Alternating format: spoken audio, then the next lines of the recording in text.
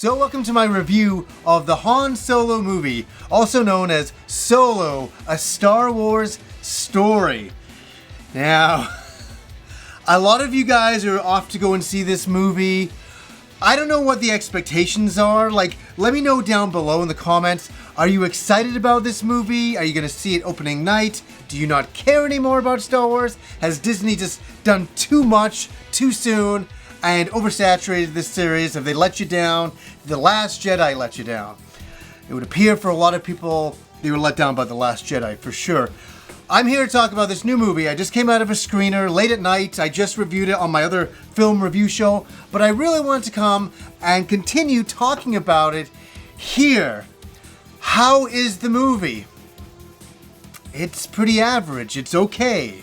It's not terrible. It's not great. It's somewhere just in between, and it was a really unusual thing. I don't think anybody ever sat around saying, I really want a Han Solo movie. That's the number one thing I want. I don't think I'd ever heard anybody say that. Maybe with the original Harrison Ford, that would have been phenomenal. But still, as a little kid, saying, hey, in the future you're going to get a Han Solo movie, I'd be like, yeah, that's awesome. And it's going to be played by some other guy. I'd be like, some other guy? There is nobody else. And that brings us to our main actors here. Alden Ehrenreich, who's playing Solo. Donald Glover playing Lando Calrissian. Emilia Clarke playing a love interest and a little bit more, I don't want to spoil it. And Woody Harrelson playing kind of a big brother, mentor figure in this movie. How are all these characters? This is a no spoiler review, so I'm just going to talk kind of emotionally about it.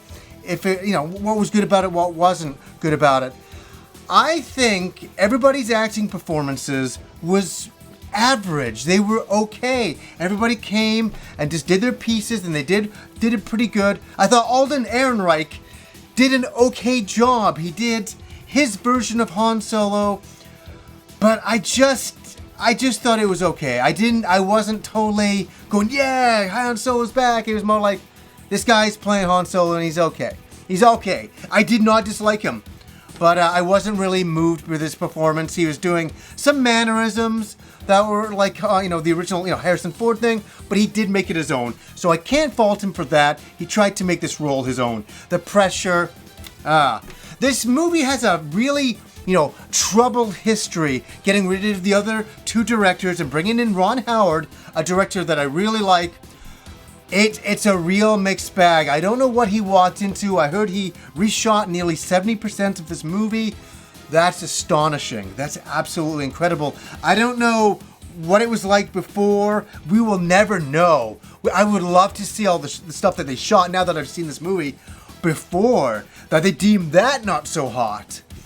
Anyways, the one thing that I do want to say is Donald Glover playing Lando. This is one of the standout roles in the movie. I thought he was quite good. It is an impersonation of Lando, but it's a good impersonation.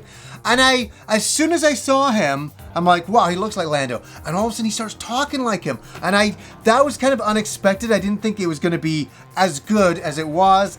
The lines were kind of delivered, right from Lando of the original. That was really great. Lando's robot sidekick in this is one of the standout roles of the movie. Go figure, the robot is almost better than some of the human characters in this movie, and that's really saying something about this. And Emilia Clarke, for what she brought to Terminator, I didn't enjoy that at all. Love her in Game of Thrones, perfect role for her. How is she in this? She does okay. I didn't dislike her character.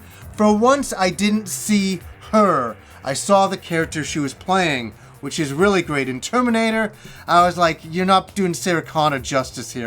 That was just my own personal feelings on it. But I thought she did this role quite well. Woody Harrelson playing the mentor-style character.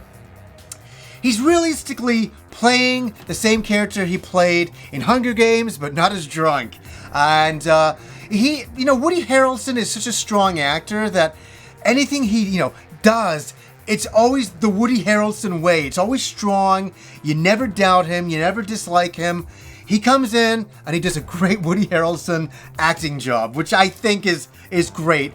But it wasn't a standout role as well. I wasn't like, wow, this guy's cool. It's just like, yeah, he's a good character and all of that. The story itself started pretty good, and then it just kind of goes all over the place. And, you know, the only place that I liked that it got to was when we met, you know, obviously Chewbacca is in this, and it's Han Solo meeting Chewbacca. That is really, those moments are absolutely wonderful, and there's a lot of really good performances in there, and I really enjoyed Han and Chewbacca. It felt good and it felt real, and that was what really worked for me. All the convoluted story, and it's not even that complicated of a story, but it just kind of is taking you on this little journey, and it's not that amazing. It's an average story. You get to the end, there's some double crosses and things, and you're just like, yeah, the movie ended, and I was like, okay, that was a movie I saw. I guess a good example is that this is a side movie, and I was talking to Victor Lucas about it, and he brought up a really, really great point about it. It felt like a TV movie. It didn't feel like a blockbuster Star Wars movie. It felt like something you'd see on Netflix with a budget, but not that movie budget, you know, the $200 million movie budget. It was just something that was kind of enjoyable, and I don't know, I didn't go in with high expectations. I watched the trailers and I'm like, huh? And I watched the movie, I was like, huh? Do I recommend it? I think everybody's gonna see this movie out of curiosity anyways. If I'd watched a review and they'd said the same thing to me, I'd still have to go and see it for myself. I think I'll watch it 1 or 2 more times in my life, but I think that's about it. I didn't love this movie, I didn't hate it. It's really a C, a C minus, a C plus. It's in that zone. Some things it does really well. Sometimes on the mining planet, those were really kind of interesting moments, and they felt really Star Wars, where everything else just felt like, you know, as I say, like a TV Star Wars movie. And it didn't take me any more directions than that. I must admit, I liked, for these side Star Wars movies, Rogue One was a much better film. I mean, in seeing some of these other films now, Rogue One is looking better and better to me. I liked Rogue One to begin with, but after this, I'm like, yeah. At this point, I just feel that Star Wars has been milked so much that I'm starting to feel it. And, you know, a couple of years ago when we were talking about we're getting a new Star Wars movie every year, I was absolutely thrilled. And then, you know, I know for a lot of you watched my review of The Last Jedi, and I really liked that movie. My first impressions were I really liked that movie. But I found with that movie, the more and more I talked about it and thought about it, the less I tended to love it, and then I went into liking it, then I went into mediocrity about it. I feel kind of average about it, if even that anymore. I don't know, my Star Wars is getting milked too much, and I think they should slow down a little bit and really think.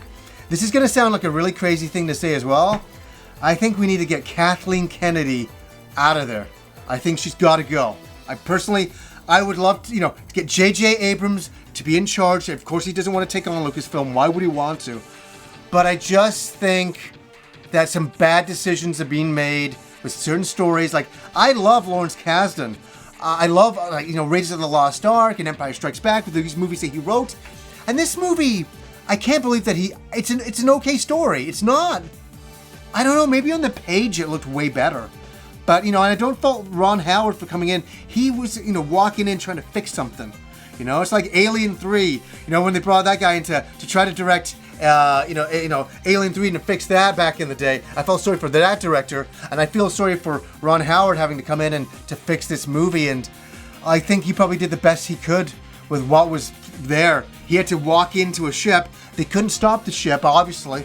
He had to go in and fix it and make it work, and I really wanted to come in and talk about this movie, and to be honest with you, I'm kind of glad that it's going to be a little bit of time till it's the next Star Wars movie, Episode 9. I honestly feel kind of exhausted from Star Wars now, and I need a bit of a break, and I I think it's becoming a little too much now. Let me know, guys, what you think when you see the movie. What did you think? Do you feel that there's too much Star Wars now, or is there not enough and we need more and more and more? Just for me personally, I need a bit of a break. So anyways, guys, until next time.